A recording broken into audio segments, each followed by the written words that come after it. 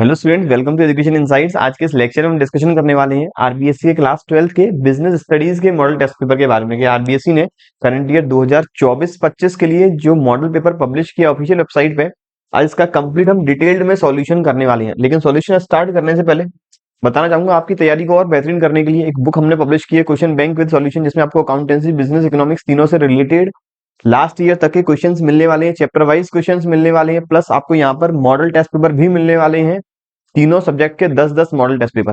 इस बुक के बारे में मैंने डिटेल्ड वीडियो बनाई है कि किस तरह से परचेज करनी है, क्या क्या फीचर्स इसके रहने वाले हैं, जिसका लिंक ऊपर आई बटन में है, तो एक बार वो वीडियो जरूर देख लें। चलिए बात करें अपने सॉल्यूशन के बारे में। सॉल्यूशन स्टार्ट करने से पहले एक बार आपको जो ब्लूप्रिंट है उसके बारे में ब्रीफ कर दूं। इस बार टोटल क्वेश्चंस आने वाले हैं 53, जिसमें से स्टार्टिंग के 18 क्वेश्चंस एमसीक्यू टाइप रहेंगे, अगले 6 क्वेश्चंस रहेंगे fill in the blanks type, और नेक्स्ट 12 क्वेश्चंस, अगले 6 questions fill in the blanks type, ये रहेगा फिल इन दी ब्लैंक्स, और अगले 12 क्वेश्चंस ये रहेंगे वेरी शॉर्ट आंसर टाइप। तो स्टार्टिंग के कुछ 36 क्वेश्चंस आने वाले हैं एक एक नंबर के लिए, फिर अगले 10 क्वेश्चंस रहेंगे आपके 2-2 नंबर के शॉर्ट आंसर टाइप, फिर अगले 4 क्वेश्चंस 3-3 नंबर के लॉन्ग आंसर टाइप, और आखिरी 3 क्वेश्चन 4-4 नंबर के वेरी लॉन्ग आंसर टाइप। तो इस तरह से मेरे 36 और 10 46 46 और 4 50 प्लस 3 53, टोटल 53 क्वेश्चंस आने वाले हैं। हर एक चैप्टर का क्या वेटेज है, कितने नंबर के क्वेश्चंस हर एक चैप्टर में से आएंगे, इसके लिए भी मैंने डिटेल्ड वीडियो बनाया हुआ है, इसका लिंक ऊपर आई बटन में है, वो वीडियो भी एक बार आप लोग जरूर देख लें ब्लू प्रिंट के रिगार्ड्स। तो चलिए स्टार्ट करूं मैं अपने मॉडल टेस्ट पेपर का सॉल्यूशन, जिसमें सबसे पहला क्वेश्चन है which of the following is an example of convenience product, कि कौन सा प्रोडक्ट कन्वीनियंस प्रोडक्ट के नाम से जाना जाता है, तो वो रहेगा टूथपेस्ट। मेरा आंसर रहेगा टूथपेस्ट, क्योंकि कन्वीनियंस प्रोडक्ट ऐसे प्रोडक्ट जो फ्रीक्वेंटली कस्टमर यूज करता है। Question number second, which level managers do coordinate work, coordination work, तो कोऑर्डिनेशन की रिक्वायरमेंट हर एक लेवल पे है, चाहे टॉप हो, मिडिल हो या बॉटम हो, तो आंसर रहेगा मेरा ऑल ऑफ दी अबव। तो ऑप्शन है मेरा correct D. Question number next जो है internal sources of recruitment includes, तो इंटरनल सोर्स का मतलब जब एग्जिस्टिंग एम्प्लॉइज को हम रिक्रूट करेंगे नई नई पोजीशंस के लिए या फिर एग्जिस्टिंग पोजीशन को फिलअप करने के लिए, तो इसमें रहेगा option A, internal sources of recruitment includes promotion. तो मेरा आंसर है option A, promotion. Question number 4, what is the effect on the market price of the shares if dividend rate decrease, अगर डिविडेंड रेट होगी decrease तो जो shareholder है वो कम से कम शेयर खरीदेंगे, अल्टीमेट प्राइस रिड्यूस होगी, तो मेरा ऑप्शन रहेगा B, market price decreases. Question number 5, the district commission has a jurisdiction of the complaints on the complaint where the value of goods and services under consideration, तो district forum में हम complaint कराएंगे जब goods and services की value रहेगी less than 1 crore. तो option है मेरा option A, less than 1 crore rupees. तो ऑप्शन ए मेरा करेक्ट आंसर है। Number next, the first step of organizing process, organization process का पहला स्टेप कौन सा है, तो 4 में ऑप्शन गिवन है। पहला ड्यूटी टर्मिनेशन, दूसरा identification of task, number 3 determination of reporting relationship, और नंबर 4 है डिपार्टमेंटलाइजेशन। तो सबसे पहले मुझे करना होता है आइडेंटिफिकेशन ऑफ टास्क, ऑप्शन है करेक्ट मेरा बी।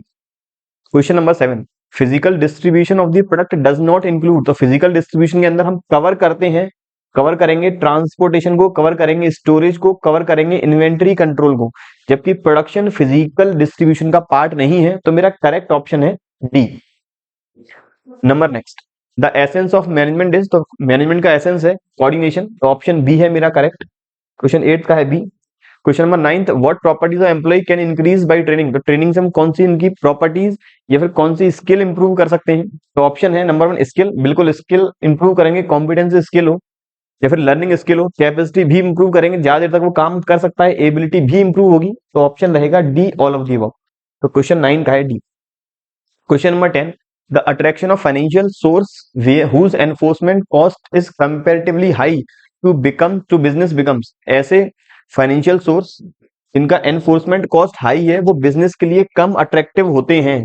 तो जो अगर फाइनेंशियल सोर्स पहले से ही महंगे हैं, बिजनेस उन्हें कम से कम ऑप्ट करना चाहेगा। Number next, which quality is not necessary for efficient leadership, तो एफिशिएंट लीडरशिप के लिए कौन सी क्वालिटी रिक्वायर्ड नहीं है, ऑप्शन ए इनिशिएटिव, इनिशिएटिव होना जरूरी है, ऑप्शन बी कॉन्फिडेंस भी होना जरूरी है, लॉन्ग हेयर की रिक्वायरमेंट नहीं है, तो ऑप्शन सी मेरा करेक्ट है 11th में, ऑप्शन सी। एक बात और ध्यान रखें, जितने भी सॉल्यूशन में यहां करने वाला हूं इस पीडीएफ में, या फिर मैंने पिछले अकाउंट्स इकोनॉमिक्स के मैंने सॉल्यूशन किए, उसके लिए भी मैंने डिटेल्ड वीडियो बनाया हुआ है अकाउंट्स और इकोनॉमिक्स से रिलेटेड, उसका लिंक ऊपर आई बटन में। और जितना भी सॉल्यूशन हम डिस्कस करते हैं पीडीएफ के फॉर्म में, ये हम अपने एजुकेशन इनसाइट्स ऐप पे अपलोड कर चुके हैं, जो आपको जो पिछला मैंने एक स्लाइड बताया था क्वेश्चन बैंक विद सॉल्यूशन वाला, उसके अंदर ही उस पीडीएफ के बारे में डिटेल में डिस्कशन किया गया है। अब बात करें क्वेश्चन नंबर 12 की। अभी तक ये मेरे क्वेश्चन एक एक नंबर वाले एमसीक्यू टाइप ही चल रहे हैं। नंबर नेक्स्ट है, conducting competition for customer is a kind of marketing activity. तो कंपटीशन क्रिएट करना ये सेल्स प्रमोशन की एक टेक्निक है, तो ऑप्शन है मेरा C, sales promotion. Number next, the rights obtain to consumer not includes. तो कंज्यूमर के लिए कौन सा राइट नहीं है? राइट टू सेफ्टी कंज्यूमर के लिए है, राइट टू इन्फॉर्मेशन भी है, right to get consumer education भी है, लेकिन फॉल्स एलिगेशन लगाना, झूठे आरोप लगाना, ये कंज्यूमर का राइट नहीं है, तो ऑप्शन डी करेक्ट आंसर है। Number next, management is a science because management science क्यों है? Option A personal use of ability, ये ऑप्शन नहीं है। दूसरा, based on behaviour and creativity, ये आएगा आर्ट के अंदर। Number next, testing based principle, तो बिल्कुल मैनेजमेंट टेस्टिंग बेस्ड प्रिंसिपल है साइंस के अकॉर्डिंग, ऑप्शन सी मेरा करेक्ट है। Number next, the main defect of departmental organization is, जहां पर हर एक डिपार्टमेंट को अलग अलग फॉर्म में अलग अलग वर्क के अकॉर्डिंग क्लासीफाई करेंगे, तो यहाँ मेन जो दिक्कत है वो है कोऑर्डिनेशन की, लैक ऑफ कोऑर्डिनेशन, ऑप्शन मेरा बी है correct. Question number 16, there are packaging level, तो पैकेजिंग के 3 लेवल होते हैं, ऑप्शन बी मेरा करेक्ट है। Question number 17, traditional technique of controlling includes, तो ट्रेडिशनल टेक्निक के अंदर क्या इंक्लूड करेंगे? ऑप्शन ए रेशियो एनालिसिस, जो कवर होता है मॉडर्न टेक्निक के अंदर। ऑप्शन बी आरओआई, ये भी होगा मॉडर्न टेक्निक के अंदर। मैनेजमेंट इन्फॉर्मेशन सिस्टम एमआईएस, ये भी आएगा मॉडर्न टेक्निक में, क्योंकि बजटरी कंट्रोल, हर एक सेल्स बजट बनाना, प्रोडक्शन बजट बनाना, इन्वेंटरी कंट्रोल बजट बनाना, ये रहेगा मेरा ट्रेडिशनल टेक्निक के अंदर। नंबर नेक्स्ट, डेट इक्विटी का क्या फॉर्मूला है? तो डेट इक्विटी का फॉर्मूला है डेट अपॉन इक्विटी, डेट मतलब लॉन्ग टर्म डेट, इक्विटी मतलब शेयर होल्डर फंड। ये बात थी स्टार्टिंग के 18 एमसीक्यू टाइप क्वेश्चंस की, जो मेरे एक एक नंबर के हैं। अगला है fill in the blanks type. अब क्वेश्चन रहेंगे 6 फिल इन द ब्लैंक्स एक एक नंबर वाले। क्वेश्चन है, need hierarchy theory of motivation presented by Abraham Maslow. तो अब फिल इन द ब्लैंक्स का पहले का आंसर है अब्राहम मैस्लो। दूसरा है, giving proper salary to employ will create, employ को प्रॉपर सैलरी देना, ये एक वर्क एनवायरमेंट क्रिएट करेंगे, ये क्रिएट करेंगे work environment. Question number next, in the blank step of staffing man power requirement are assess. तो स्टाफिंग के प्रथम चरण में, स्टाफिंग के फर्स्ट स्टेप में मैन पावर रिक्वायरमेंट को असेस किया जाता है कि हमें कितने लोगों की रिक्वायरमेंट है। Number next, in controlling blank and actual performance are compared. तो कंट्रोलिंग में हम स्टैंडर्ड या फिर बजटेड परफॉर्मेंस को एक्चुअल परफॉर्मेंस के साथ करते हैं कंपेयर, तो ऑप्शन है मेरा बजटेड, या स्टैंडर्ड भी आप लोग लिख सकते हैं। Question number next, the capital structure require refers to mixture of owners fund and borrowed funds. जो कैपिटल मेरा स्ट्रक्चर है, इसमें हम कवर करते हैं कितना मालिकों का पैसा लगेगा और कितना हम उधार लेकर पैसा लगाएंगे। नंबर 6, आखिरी फिल इन द ब्लैंक्स का question, consumer exploitation actions blank the damage of the business. Consumer exploitation, ये बिजनेस की एक्शंस को, बिजनेस की इमेज को स्पॉइल करता है, खराब करता है, ये करेगा स्पॉइल अगर कंज्यूमर का एक्सप्लॉइटेशन किया जाएगा तो। ये मेरे स्टार्टिंग के 18 क्वेश्चन हो चुके हैं, 12 एमसीक्यू, सॉरी टोटल 24 क्वेश्चन हो चुके हैं, 18 एमसीक्यू टाइप क्वेश्चन और 6 फिल इन दी ब्लैंक्स। अब आएंगे अगले मेरे 12 questions very short answer type, जो आपको एक लाइन में आंसर इनका लिखना होगा, हो सकता है मेनली डेफिनेशन बेस्ड हो या कोई एक स्टेप लिखना हो या क्वालिटी लिखनी हो। तो सबसे पहला क्वेश्चन है, why does management call intangible power. Management intangible power क्यों माना जाता है? क्योंकि मैनेजमेंट को हम देख नहीं सकते हैं, इसे केवल महसूस किया जा सकता है बिजनेस ऑर्गेनाइजेशन के लिए। तो because it can't see through eyes, it can be felt through actions, केवल एक्शन के थ्रू इसे हम फेल्ट कर सकते हैं, महसूस कर सकते हैं। Number next, fatigue study concept of management presented by F W Taylor. तो फटीग स्टडी वाला कॉन्सेप्ट दिया था एफ डब्ल्यू टेलर ने। Number next, non financial incentive के 2 एग्जांपल लिखने हैं जो फाइनेंशियल इंसेंटिव से कंसर्न नहीं है। तो पहला है पब्लिक रिकॉग्निशन, एम्प्लॉय की पहचान होना, और दूसरा फ्लेक्सिबल वर्किंग, कुछ समय के लिए उसे अलाउ किया जाए रेस्ट करने के लिए, या वर्क फ्रॉम होम भी फ्लेक्सिबल वर्किंग के अंदर कवर किया जाता है। Number next, what do you mean by demonetization. तो डीमोनेटाइजेशन का मतलब एग्जिस्टिंग जो करेंसी है उसे लीगल टेंडर घोषित करना, ताकि जो ब्लैक मनी प्रैक्टिसेस है वो कर्व कर सके। It means declaring currency of an economy, an illegal tender to curb black money practices, जो काला बाजारी है, काला धन है, उन या फिर फेक करेंसी, उन प्रैक्टिसेस को कम कर सके। इन इंडिया, इंडिया में it was recently introduced on 8 November 2016, India में जो आखिरी बार डिमोनेटाइजेशन हुआ है उसकी डेट गिवन है 8 नवंबर 2016। क्वेश्चन नंबर नेक्स्ट, अगला है what is focal point of planning. Planning का जो मेन फोकस वाला पॉइंट है वो क्या है, वो है कि हम टारगेट को टाइम लिमिट के भीतर अचीव कर लें, टाइम लिमिट फ्रेम के अंदर ही अचीव कर लें और रिसोर्सेज मिनिमम यूटिलाइज हो। तो कह रहा है to achieve the target within desired time limit and with optimum use of resources. Number next है what is mean by authority. तो ऑथोरिटी का मतलब है डिसीजंस के अकॉर्डिंग या फिर डिसीजन को प्रोवाइड कराना ताकि हम बिजनेस ऑर्गेनाइजेशन के रिसोर्सेज ऑप्टिमम फॉर्म में यूटिलाइज करें। तो authority means power to take decisions as per the norms of the organisation.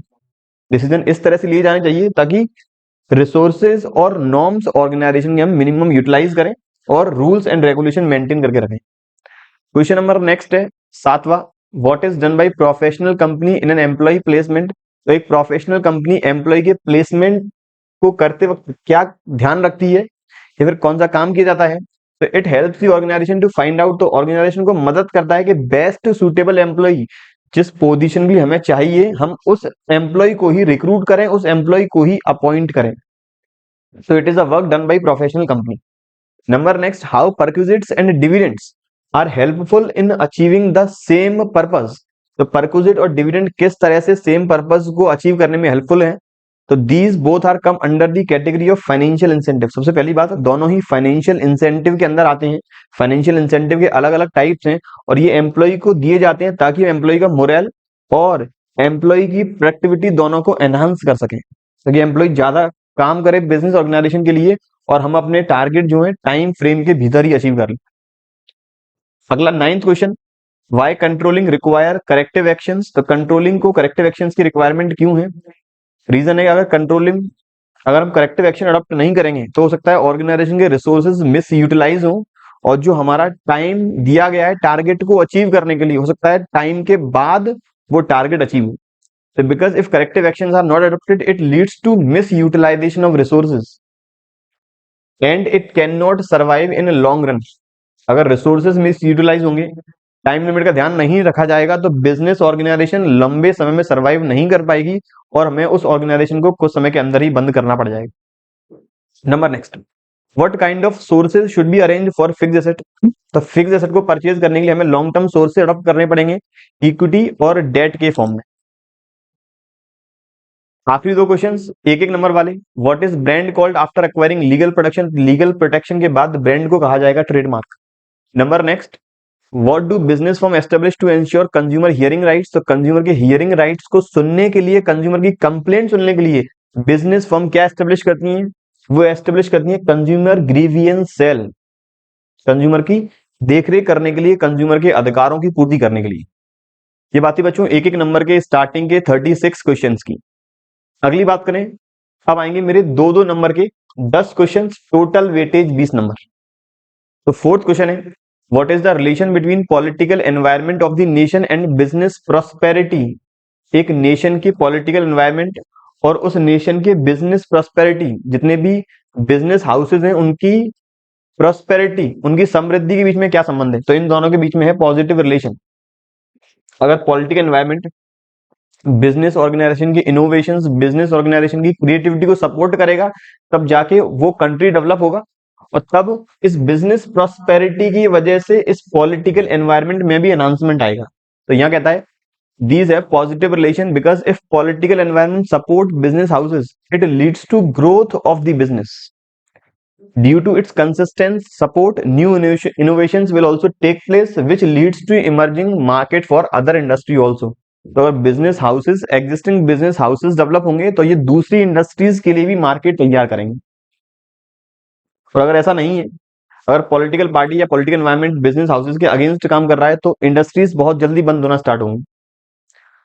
Question number 5, write any two differences between formal and informal organization. Formal organization के अंदर rules and regulations maintain होते हैं, सारे organisations, सारे employees काम करेंगे rules and regulations के according ही। जबकि इनफॉर्मल में रूल्स एंड रेगुलेशंस नहीं एग्जिस्ट करते हैं। तो यहाँ कहता है पहला rules and regulation, under this structure मतलब formal structure the employees strictly have to follow the rules and regulations, while in the informal structure there are no rules and regulations. Number second, interdependence, तो formal structure जो है वो informal पर depend नहीं है, जबकि informal formal के ऊपर डिपेंड है। ये हो गए मेरे दो difference. Question number next, consumer की 4 रिस्पॉन्सिबिलिटी बताइए। तो उसका पहला रिस्पॉन्सिबिलिटी है, उसकी जिम्मेदारी अवेयर रहना जो प्रोडक्ट को परचेज कर रहा है। दूसरा, क्वालिटी मार्क्स सीख करना, देखना कि प्रॉपर आईएसआई मार्क है या नहीं। लेबल्स रीड करना कि क्या एक्सपायरी डेट है। और सेफ्टी को इंश्योर करना, प्रोडक्ट किस तरह का परचेज करना है, क्या हमारी हेल्थ के लिए हैजार्डियस नहीं, क्या ये प्रोडक्ट हमारी हेल्थ के लिए हैजार्डियस तो नहीं है, खतरनाक तो नहीं है। Number next, write the name of centres to be distinguished in responsibility accounting. तो 4 सेंटर्स हैं, पहला कॉस्ट सेंटर, फिर है प्रॉफिट सेंटर, अगला है रेवेन्यू सेंटर और फिर है इन्वेस्टमेंट सेंटर। तो 4 सेंटर हैं जो रेस्पॉन्सिबिलिटी अकाउंटिंग को डिस्टिंग्विश करेंगे एक दूसरे से। नंबर नेक्स्ट है, how does the level of competition the market affect requirement of working capital. तो वर्किंग कैपिटल को कैसे कंपटीशन इफेक्ट करेगा। वर्किंग कैपिटल का मतलब होता है current assets minus current liability, या फिर बिजनेस ऑर्गेनाइजेशन की जो ऑपरेटिंग साइकिल है, इस ऑपरेटिंग साइकिल को मेंटेन करने के लिए मैंने माल पहले परचेज किया, गुड्स परचेज किया, रॉ मटेरियल को फिनिश गुड में कन्वर्ट किया, फिर अपने कस्टमर को माल बेचा, वहां से पैसा आया, मैंने क्रेडिटर्स को पेड किया। इस पूरी ऑपरेटिंग साइकिल के लिए, पूरी ऑपरेटिंग साइकिल को मेंटेन करने के लिए जहां जहां मुझे पैसे की रिक्वायरमेंट है, जैसे मेरा एम्प्लॉय काम कर रहा है उसे तो मुझे तुरंत वेजेस या सैलरी देनी होगी, तो और मैंने कस्टमर से जो पैसा आएगा वो मेरे पूरी साइकिल या माल बिकने के बाद मुझे रिसीव होगा। माल बिकने के बाद जो भी मैंने उसे क्रेडिट टाइम पीरियड अलाउ किया है उसके बाद मुझे रिसीव होगा। तो उससे पहले मुझे अलग अलग एक्सपेंसेस पेड करने हैं। तो उन सभी एक्सपेंसेस को पेड करने के लिए या उस पूरी वर्किंग कैपिटल को मैनेज करने के लिए कंपटीशन कैसे इफेक्ट करेगा या कौन कौन से एलिमेंट्स मुझे रिक्वायर्ड है। तो एलिमेंट है, अगर कंपटीशन ज्यादा रहेगा तो मुझे ज्यादा इन्वेंट्री मैनेज करनी होगी बड़े बड़े ऑर्डर्स को फिलअप करने के लिए। So due to high competition there will be more requirement of working capital because high competition leads to more credit period. हो सकता है हमें अगर कंपटीशन को फेस करना है तो अपने कस्टमर को ज्यादा टाइम पीरियड के लिए उधार देना होगा, और ज्यादा टाइम पीरियड के लिए उधार देना है, इन्वेंट्री भी मैनेज करनी है, तो ज्यादा वर्किंग कैपिटल हमें मेंटेन करनी होगी। And there will be delay in collection further, more stock also required. और अगर कस्टमर से पैसा कलेक्ट करने में डिले हो रहा है, दूसरे कस्टमर्स को हमें माल बेचना है, तो हमें ज्यादा वर्किंग कैपिटल की रिक्वायरमेंट रहेगी। तो जो कंपटीशन है वो वर्किंग कैपिटल को इफेक्ट करेगा डायरेक्ट और इनडायरेक्ट फॉर्म में। नंबर नेक्स्ट है, what is the role of government in pricing. तो गवर्नमेंट का प्राइसिंग में क्या रोल है। गवर्नमेंट का प्राइसिंग में रोल अलग अलग फॉर्म में है। किसी प्रोडक्ट पर गवर्नमेंट अप्लाई करती है प्राइस सीलिंग, कहीं अप्लाई करती है प्राइस फ्लोरिंग। प्राइस सीलिंग का मतलब गवर्नमेंट एक मैक्सिमम प्राइस डिसाइड करती है ताकि मार्केट में जो ब्लैक मार्केटिंग प्रैक्टिसेस हैं, जो काला बाजारी है, वो गवर्नमेंट कर्व कर पाए। प्राइस फ्लोरिंग अप करेगी। प्राइस फ्लोरिंग इसीलिए ताकि फार्मर्स का जो आउटपुट है उन्हें उस आउटपुट का एक उचित दाम मिल पाए, उनका जो रीजनेबल प्राइस है वो मिल पाए ताकि वो थोड़ा सा प्रॉफिट भी कमा लें। तो गवर्नमेंट कहीं पर अप्लाई करती है प्राइस सीलिंग और कहीं अप्लाई करेगी price flooring. Question number 9, who can be considered as a consumer. Consumer किसे कहा जा सकता है। तो एक व्यक्ति जो खुद के कंज्यूम करने के लिए, खुद के कंजम्पशन के लिए गुड्स को परचेज करता है वो कहलाएगा consumer. A person who consume something treated as consumer, it may be similar to customer. अगर किसी व्यक्ति ने खरीदा है लेकिन वो कंज्यूम नहीं करने वाला, तो कस्टमर जो परचेज कर रहा है वो कहलाएगा, कंज्यूमर जो उसे कंज्यूम कर रहा है वो कहलाएगा। अगर जिस व्यक्ति ने परचेज किया है वही उसे कंज्यूम करेगा, तो कस्टमर और कंज्यूमर एक ही व्यक्ति है। आगे कहता है, in other words a person who buys something for its personal use he considered as a consumer. अगला question, analyse the relationship between differential remuneration system and productivity of the workers. अलग अलग remuneration system है, जैसे Halsey का premium plan है, Rowan का premium plan है। तो इन सभी रेम्यूनरेशन सिस्टम और वर्कर्स की प्रोडक्टिविटी के बीच में क्या संबंध है। तो संबंध है पॉजिटिव। अगर जो प्रोडक्टिविटी है, अगर मैं एम्प्लॉइज को उनकी प्रोडक्टिविटी के अकॉर्डिंग पेमेंट नहीं करता, फॉर एग्जाम्पल जो टाइम अलाउ है एम्प्लॉइज को वो 8 आवर्स, 8 घंटे अलाउ है। जब ऑर्गेनाइजेशन कहना है आप कितनी भी क्वांटिटी बनाएं, कितनी भी क्वांटिटी बनाएं, आपको मिलेगी फिक्स्ड वेजेस, आपको मिलेगी फिक्स्ड वेजेस। तो जो एम्प्लॉय इनकी प्रोडक्टिविटी ज्यादा है वो सोच रहे हैं अगर हम ज्यादा क्वांटिटी बना दें तब भी एक फिक्स्ड अमाउंट का वेजेस मिलेगा, फॉर एग्जांपल 300। अगर मैं 10 यूनिट बनाऊं तब भी 300 मिलेंगे, 8 बनाऊं तब भी 300 मिलेंगे। तो क्या फायदा है प्रोडक्टिविटी एनहांसमेंट का। इसीलिए ऑर्गेनाइजेशन को इस तरह के प्लान एडॉप्ट करने होंगे कि अगर जो 10 कि अगर 8 क्वांटिटी बन सकती है मिनिमम, कोई एम्प्लॉय 8 से ज्यादा 10 बना रहा है, कोई 12 बना रहा है, तो जो एक्स्ट्रा क्वांटिटी बनाएगा उसे एक्स्ट्रा रिवॉर्ड मिलेगा इन क्वांटिटी का। So it means there is positive relation between direct differential remuneration system and productivity. If productivity enhances of the workers, then they will be more rewarded in compared to the other workers. So there are positive relation between these two.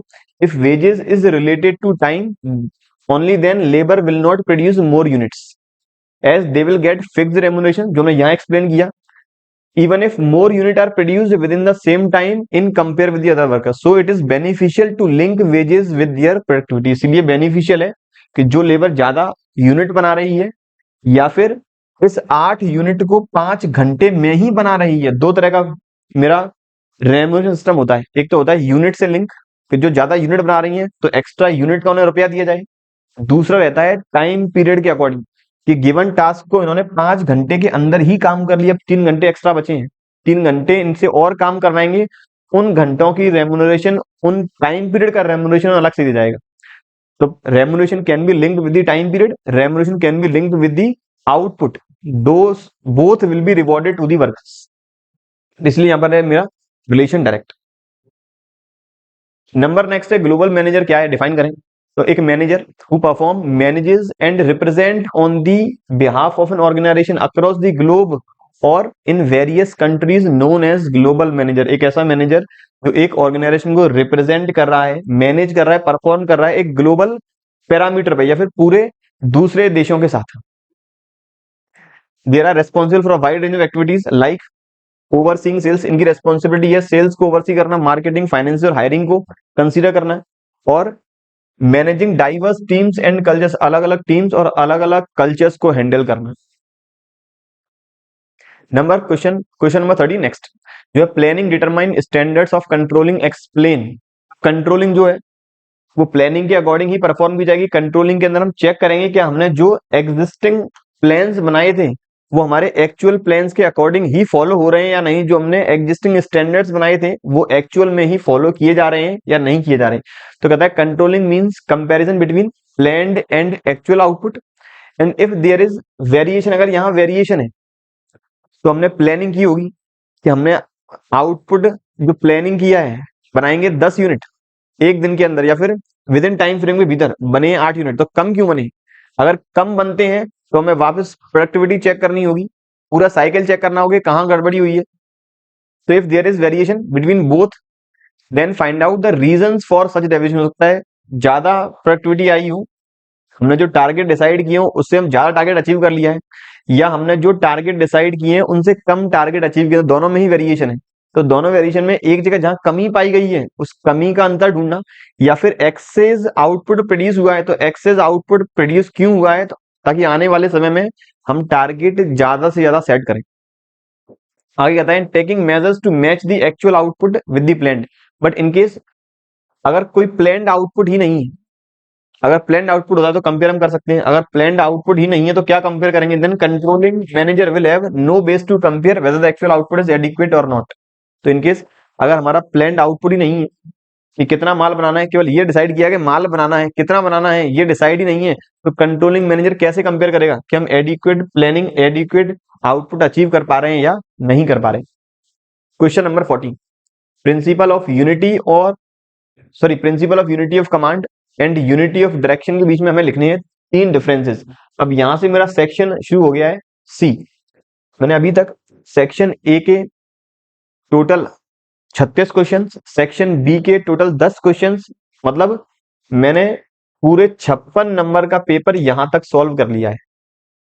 अब मेरे 3 और 4 number के questions की बात है, याद रखें 3 number के क्वेश्चंस और 4 नंबर के क्वेश्चंस ये रहेंगे 3 नंबर वाले 4 क्वेश्चन, 4 नंबर वाले रहेंगे 3 क्वेश्चंस, और दोनों में मेरे पास चॉइसेस अवेलेबल होगी, मतलब हर एक ग्रुप में 2-2 क्वेश्चन रहेंगे, एक मुझे करना होगा।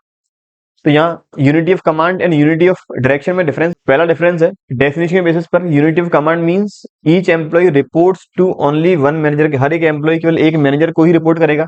जबकि यूनिटी ऑफ डायरेक्शन मींस हर एक एम्प्लॉय को या हर एक ग्रुप ऑफ द पर्संस को एक जगह से ही डायरेक्शन मिलेगा। Activities with the same objective are grouped. अगला है डिसीजन मेकिंग। तो यहाँ पर ऑथोरिटी एंड रिस्पॉन्सिबिलिटी सभी की क्लियर है। यहाँ कहता है डिसीजंस, यहाँ पर डिसीजंस जो भी रहेंगे वो केवल टॉप मैनेजमेंट ही बनाएगा। Number next implementation. तो ये यूनिटी ऑफ कमांड जो है वो स्मॉलर ऑर्गेनाइजेशन में ही इंप्लीमेंट करेंगे, जबकि यूनिटी ऑफ डायरेक्शन ये हम लार्जर और कॉम्प्लेक्स ऑर्गेनाइजेशन में करेंगे अप्लाई। क्वेश्चन नंबर 14 का दूसरा, explain the relation between principle of speed मतलब motion study and time study. Time study और मोशन स्टडी के बीच में मुझे बताना है रिलेशन। तो सबसे पहले मोशन स्टडी या स्पीड स्टडी है क्या? This study refers to a thorough analysis of various motions being performed by a worker while he is doing a particular job। कि एक जॉब जो वर्कर परफॉर्म कर रहा है या जो आउटपुट हम प्रोड्यूस कर रहे हैं उस आउटपुट को बनाने के लिए कितनी प्रोसेस से होकर गुजरेगा वो रॉ मटेरियल या फिर मेरा बेस मटेरियल। तो उस पूरी प्रोसेस को स्टडी करना कि कहीं अगर कोई हम स्टेप हटा सकते हैं तो उस स्टेप को एलिमिनेट कर दें ताकि प्रोडक्शन प्रोसेस में टाइम पीरियड कम से कम लगे और लेबर की एफिशिएंसी हो improve. The main purpose of motion study to detect and eliminate unnecessary movement. तो वहां आ गया भाई इसका ऑब्जेक्टिव कि अननेसेसरी स्टेप या फिर मूवमेंट जो है मुझे अगर कोई प्रोडक्ट इस 4 स्टेप से होकर गुजारना है, अगर सपोज मुझे लगता है ये बी वाला स्टेप है, मैं यहां से अगर नहीं भी पास ऑन करूं तब भी ये डायरेक्ट सी में पहुंच सकता है। तो इस तरह की अननेसेसरी मूवमेंट को एलिमिनेट करना होगा हमें मोशन स्टडी के अंदर। अगला कहता है टाइम स्टडी क्या है? It is a technique that is used to determine the standard time taken by a worker. कि आउटपुट को बनाने के लिए एक लेबर कितना टाइम लेगा उसका स्टैंडर्ड डिसाइड करना। It helps in determining how much work an employee should be able to do in a given period. Under the time study the work is decided into a series of element and the time taken to perform each element of work। Time study के अंदर सबसे पहले decide करना उस work को, उस output को produce करने के लिए, वर्क को कंप्लीट करने के लिए कितना टाइम लगेगा और हर एक स्टेप में हम कितना टाइम डिवोट करेंगे। The method of time study depends on the volume and frequency of work. और ये डिपेंड करेगा टाइम स्टडी कि कितना अपने पास काम है और कितने वॉल्यूम या फिर कितनी यूनिट्स हमें करनी है produce. Question number next 3 number के लिए वापस जो है explain various steps of planning. तो प्लानिंग का पहला स्टेप है ऑब्जेक्टिव सेट करना कि ऑर्गेनाइजेशन का क्या गोल है, प्लान का क्या गोल है, जो हम आउटपुट बनाना चाहते हैं या हमने जो ऑर्गेनाइजेशन एस्टेब्लिश की है, टीम बिल्डअप की है, इनका अल्टीमेट ऑब्जेक्टिव है क्या। दूसरा है प्रीमिसेस डेवलप करना, एक्शंस प्लान बनाना। तीसरा है identifying alternative course of actions, अलग अलग एक्शंस प्लान डिसाइड करना कि अगर ए प्लान काम नहीं करता तो बी पर हम स्विच करेंगे। नंबर नेक्स्ट, ये तो सेम वही हो चुका है। Number next evaluate alternative course. Number next selecting the best alternative, जो बेस्ट प्लान है वो सेलेक्ट करना, फिर प्लान को इंप्लीमेंट करना और आखिरी फॉलो अप एक्शन कि हम क्या जो प्लान हमने इंप्लीमेंट किया था प्रॉपर फॉलो कर रहे हैं, मतलब मॉनिटर प्रॉपर किया जाना चाहिए उस पर्टिकुलर प्लान को। इसी में दूसरा है right limitations of planning. Planning की लिमिटेशन कौन सी है? पहला है प्लानिंग लीड्स टू रिजिडिटी। कुछ एम्प्लॉय ऐसे हैं जो उस तरह के एनवायरनमेंट में काम नहीं करना चाहते या प्लानिंग रेजिस्टेंस टू चेंज है। दूसरा planning may not work in a dynamic environment, अलग अलग डायनेमिक एनवायरनमेंट में प्लानिंग हो सकता है काम नहीं करे। प्लानिंग क्रिएटिविटी को करती है रिड्यूस।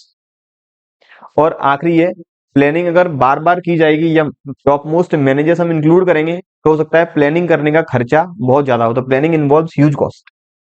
ये बात थी क्वेश्चन नंबर 15 की। अगली बात करें क्वेश्चन नंबर 16। एम्प्लॉय को सेलेक्ट करने के लिए 3 टेस्ट हमें बताने हैं, एग्जामिनेशन बताने हैं। तो पहला है इंटेलिजेंस टेस्ट, दूसरा है एप्टीट्यूड टेस्ट और तीसरा है पर्सनैलिटी टेस्ट। कि एम्प्लॉय के इंटेलिजेंसी, रीजनिंग या मेमोरी टाइप के बेस्ड क्वेश्चंस, कि क्या एम्प्लॉय का रिटेनिंग पावर है। दूसरा है एप्टीट्यूड टेस्ट कि एम्प्लॉय की नई स्किल्स को सीखने की क्षमता। और आखिरी जो अपना पर्सनैलिटी टेस्ट के एम्प्लॉय अलग अलग स्केनेरियो में, अलग अलग कंडीशंस में किस तरह से अपने माइंड को यूज करेगा उस प्रॉब्लम को सॉल्व करने के लिए। दूसरा है कि any 3 job any three on the job training methods to the employees. तो मैंने यहाँ पे 3 मेथड लिखे हैं। पहला अप्रेंटिसशिप प्रोग्राम, दूसरा है जॉब रोटेशन और तीसरा है कोचिंग मेथड्स। अप्रेंटिसशिप प्रोग्राम एक ऐसा प्रोग्राम जहां पर ट्रेनिंग को वेल ट्रेन्ड पर्सनल या पर्सन्स के अंदर गाइडेंस मिलेगी ताकि वो उस पर्टिकुलर एनवायरनमेंट में काम कर सके। These programmes are design to obtain skills and knowledge of the higher levels. तो हायर लेवल अथॉरिटी के अंदर वो काम कर रहे हैं, ट्रेनिंग कर रहे हैं, वहां से वो स्किल्स एंड नॉलेज गेन कर पाए। जॉब रोटेशंस, अलग अलग पोजीशन पे उन्हें हम एक ऑर्गेनाइजेशन के अंदर ही रोटेट करते रहे ताकि हर एक लेवल का वो काम सीखें, हर एक टाइप का वो काम सीख पाए। और नंबर नेक्स्ट है कोचिंग सेंटर्स या फिर coaching methods, a one-to-one training method where employees receive feedback and guidance from a supervisor or experienced staff member। तो ये मेरे 3 on the job training method है। अगला है question number 17, how does specialisation effect administration. ये हम लोग अभी 3 क्वेश्चन कर चुके हैं, 3 नंबर वाले। अब है 3 नंबर का आखिरी question. Question number 17, how does specialisation effective administration and employees development become possible by the organisation. के ऑर्गेनाइजेशन के द्वारा specialisation, work specialisation, effective administration और एम्प्लॉइज का डेवलपमेंट कैसे पॉसिबल है। तो वर्क स्पेशलाइजेशन का मतलब एम्प्लॉइज को अलग अलग टास्क में डिवाइड करना, अलग अलग टास्क असाइन करना ताकि वो स्पेशलाइज हो जाएं स्पेसिफिक एरियाज की। So it is also known as division of labor is a process where work activities are divided into separate tasks allowing employees to specialize in specific areas। के employees जो हैं वो specific areas में specialize हो पाए, उनकी capacity improve हो, ultimate output और efficiency होगी improve। In manufacturing, it involves breaking complex task into smaller and repetitive steps leading to expertise in each task। तो मैन्युफैक्चरिंग प्रोसेस में ये कॉम्प्लेक्स जितनी भी हार्ड या फिर कॉम्प्लेक्स टास्क हैं उन्हें स्मॉलर टास्क में, इजी टास्क में करेंगे कन्वर्ट, और ताकि वो जो ऑर्गेनाइजेशन का ऑब्जेक्टिव है वो कर पाए अचीव। सबसे पहले इसका बेनिफिट क्या रहेगा, एफिशिएंसी इन एम्प्लॉइज की होगी इंक्रीज, ताकि टास्क को टाइम पीरियड के अंदर अचीव कर पाएंगे। इससे एक्सपर्टीज होगी डेवलपमेंट, इनका जो एक्सपर्टीज है वो डेवलप होगा एम्प्लॉइज का। तो ये कुछ पॉइंट्स हैं जिनके थ्रू स्पेशलाइजेशन, इफेक्टिव एडमिनिस्ट्रेशन और एम्प्लॉइज डेवलपमेंट पॉसिबल है। अगला क्वेश्चन है analyse the functional organisation structure. तो फंक्शनल ऑर्गेनाइजेशन स्ट्रक्चर का मतलब ऑर्गेनाइजेशन के अंदर फंक्शंस के फॉर्म में एम्प्लॉइज की टीम को डिवाइड करना। व्हेन द एक्टिविटीज और jobs are grouped keeping in mind the function, then it is called functional organisation structure. तो फंक्शंस के अकॉर्डिंग ग्रुप्स और एक्टिविटीज को डिवाइड करना, फंक्शंस के अकॉर्डिंग टीम बिल्डअप करना, वो कहलाएगा functional organisation structure. For example, all the jobs related to production are grouped in production department related to the sales in sales department। जैसे organisation के अंदर सेल्स डिपार्टमेंट अलग है जिसका काम रहेगा सेल्स से रिलेटेड, प्रोडक्शन डिपार्टमेंट है वो गुड्स को प्रोड्यूस करने से रिलेटेड ही टास्क को असाइन किए जाएंगे। इसके अलावा एचआर डिपार्टमेंट है, परचेज डिपार्टमेंट है। इनके जो की एडवांटेजेस है, पहला है स्पेशलाइज्ड एक्सपर्टीज और दूसरा है एफिशिएंट रिसोर्स एलोकेशन के एम्प्लॉइज को स्पेशलाइज बनाना अलग अलग टास्क में, अलग अलग ग्रुप्स में, और रिसोर्सेज का एफिशिएंट यूटिलाइजेशन करना।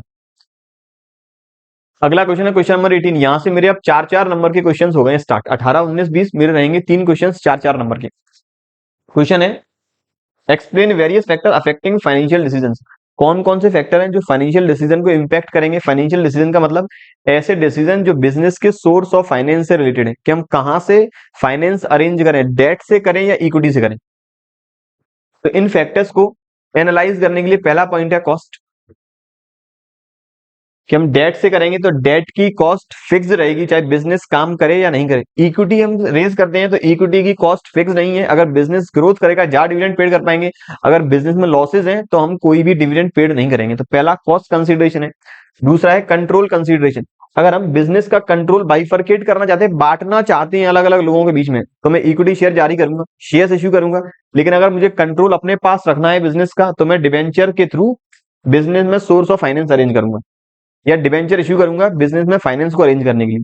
तीसरा है cash flow position of the company, अगर हमें बिजनेस के अंदर, अपने बिजनेस के अंदर स्मूथ कैश फ्लोज हैं, स्मूथ कैश फ्लोज का मतलब जैसे डिवेंचर्स हैं उन पे मुझे फिक्स रेट की इंटरेस्ट पेड करनी पड़ेगी, तो उसके लिए मुझे हर साल कैश की एडिक्वेट अवेलेबिलिटी चाहिए। डिवेंचर मैंने इश्यू किया है तो उन्हें रिडीम भी करना पड़ेगा, तो एक टाइम पीरियड के बाद मेरे पास इतना कैश होना चाहिए कि मैं डिवेंचर को रिडीम कर पाऊं। अगर मेरे पास एडिक्वेट कैश है डिबेंचर्स को पेड करने के लिए, अपनी लॉन्ग टर्म लाइबिलिटी को पेड करने के लिए, तो डिबेंचर इश्यू की जाए, लेकिन हमें लगता है अगर शॉर्टेज रहेगी कैश की तो हम शेयर इश्यू करेंगे। अगला क्वेश्चन है explain the factors affecting dividend decision. अब डिविडेंड डिसीजन को इफेक्ट करने वाले फैक्टर्स, तो पहला है अर्निंग्स। अगर जैसे डिविडेंड जो है वो हम अपने प्रॉफिट में से ही डिक्लेयर करेंगे, अगर बिजनेस के पास प्रॉफिट है, आने वाले समय में अर्निंग होगी तो हम डिविडेंड बांट पाएंगे, अदरवाइज डिविडेंड डिस्ट्रीब्यूट नहीं कर पाएंगे। अगला है स्टेबिलिटी ऑफ अर्निंग्स। डिविडेंड हम कंटिन्यूअसली केवल तब बांट सकते हैं जब अपने पास कंसिस्टेंट प्रॉफिट हो, तो स्टेबिलिटी ऑफ अर्निंग दूसरा पॉइंट है। तीसरा है growth opportunities. Companies having good growth opportunities retained more money out of their retained earnings so as to finance the required investment. The dividend in growth companies is therefore smaller than the non-growth companies. और जितनी भी growth companies हैं वो क्या करेंगी, अपने amount of profit को हर साल रिटेन करके रखेंगे। जो प्रॉफिट कमाया उसमें से कुछ डिविडेंड ही बांटा जाएगा, बाकी रिटेन कर लिया जाएगा, ताकि भविष्य में हमें वापस सोर्स ऑफ फाइनेंस से मदद लेनी नहीं पड़े, भविष्य में हमें वापस शेयर या फिर डिवेंचर इश्यू करने नहीं पड़े। तो अल्टीमेटली प्रॉफिट है वो रोक के चलें, डिविडेंड कम बांटें, तो भविष्य में हमें जो पैसा बचा हुआ है, जो प्रॉफिट बचा हुआ है, वही हम री इन्वेस्ट कर सकते हैं। तो जितनी भी ग्रोथ कंपनीज रहेंगी उनमें डिविडेंड रहता है कम, जबकि नॉन ग्रोथ कंपनीज जो ज्यादा से ज्यादा डिविडेंड बांटती हैं उनमें रहेगा डिविडेंड ज्यादा। क्वेश्चन नेक्स्ट, डायरेक्टिंग के 4 एलिमेंट्स में बताने हैं। तो पहला है सुपरविजन, दूसरा है मोटिवेशन, तीसरा है लीडरशिप और नंबर 4 है कम्युनिकेशन। ये डायरेक्टिंग के 4 एलिमेंट्स। अगला है डायरेक्टिंग के प्रिंसिपल बताने हैं, तो मैंने 4 प्रिंसिपल लिखे हैं। पहला मैक्सिमम इंडिविजुअल कोऑर्डिनेशन, दूसरा harmony of objective, number 3 unity of command और number 4 appropriateness of direct techniques. आखिरी question 20, what is the property of personal selling. तो पर्सनल सेलिंग के क्या फायदे हैं, क्या मेरिट्स हैं। तो पहला है कन्वर्ट लेटेस्ट डिमांड। अगर हम पर्सनल सेलिंग यूज कर रहे हैं तो कस्टमर की जो लेटेस्ट डिमांड या लेटेस्ट फैशन है उसे हम अपने सेल्स के फॉर्म में कन्वर्ट कर सकते हैं। नंबर नेक्स्ट है प्रोडक्ट स्टैंडर्डाइजेशन, कि हर एक कस्टमर की क्या डिमांड है उसके अकॉर्डिंगली प्रोडक्ट डिजाइन किया जाए। करियर अपॉर्चुनिटीज भी हैं और एम्प्लॉयमेंट अपॉर्चुनिटी भी इसके अंदर करेंगे फॉर्म। आखिरी क्वेश्चन है make critical evaluation of advertising. तो हमें एडवर्टाइजिंग के बारे में एक्सप्लेन करना है। तो सबसे पहले एडवर्टाइजिंग की क्या डेफिनेशन, एडवर्टाइजिंग की टेक्निक है जिसके थ्रू कंपनी अपने प्रोडक्ट को प्रमोट करती है, मार्केट में सेल करती है। तो advertising is a technique for promoting a product. Companies using advertising as a medium to attract customer. Company advertising strategy को यूज करके कस्टमर को कर रहे हैं अट्रैक्ट, ताकि अपनी सेल्स मैक्सिमम कर पाए। एडवर्टाइजिंग के कुछ मेन मेथड्स न्यूज़पेपर है, टेलीविजन है, इंटरनेट और सोशल मीडिया है। फिर इसके बाद मैंने कुछ इंपोर्टेंट फीचर्स, जैसे एडवर्टाइजिंग एक पेड फॉर्म है प्रमोटिंग प्रोडक्ट्स का। The sponsor bears the cost of advertising, बहुत बार स्पॉन्सर्स बियर कर रहे हैं इस एडवर्टाइजिंग की कॉस्ट को। नंबर नेक्स्ट है it is an impersonal mode of communication, एक इम्पर्सनल मोड है कम्युनिकेशन का। It involves no face to face communication between the advertiser and customer. यहाँ पर कस्टमर और एडवर्टाइजर के बीच में फेस टू फेस कम्युनिकेशन नहीं है। It is devoid of personal touch. Number 3 there are some sponsors who like to design an advertisement and also bear the costs that are involved। बहुत बार कुछ ऐसे sponsor हैं जो एडवर्टाइजमेंट को design करेंगे और उसका कॉस्ट भी बियर करेंगे। तो ये कुछ इंपोर्टेंट फीचर्स और ये मेरी थी डेफिनेशन। ये बात थी ओवरऑल आरबीएससी के बिजनेस स्टडीज के मॉडल टेस्ट पेपर के सॉल्यूशन की। इस पूरे मॉडल टेस्ट पेपर का डिटेल्ड सॉल्यूशन हम अपनी एजुकेशन इनसाइट्स एप्लीकेशन अपलोड कर चुके हैं। जितने भी 3-3 और 4-4 नंबर के क्वेश्चन थे वो हमने जल्दी जल्दी किए, क्योंकि मेरा मेन फोकस था 1-1 और 2-2 नंबर वाले क्वेश्चन में। ऐसे ही रिलेटेड टॉपिक हम डिस्कस करने वाले हैं अपने अगले लेक्चर्स में। वीडियो पसंद आए लाइक जरूर करें, अपने फ्रेंड्स के साथ शेयर जरूर करें। तो मिलेंगे अगले लेक्चर में नए टॉपिक के साथ, तब तक पढ़ते रहें और बने रहे हमारे यूट्यूब चैनल के साथ। Thank you.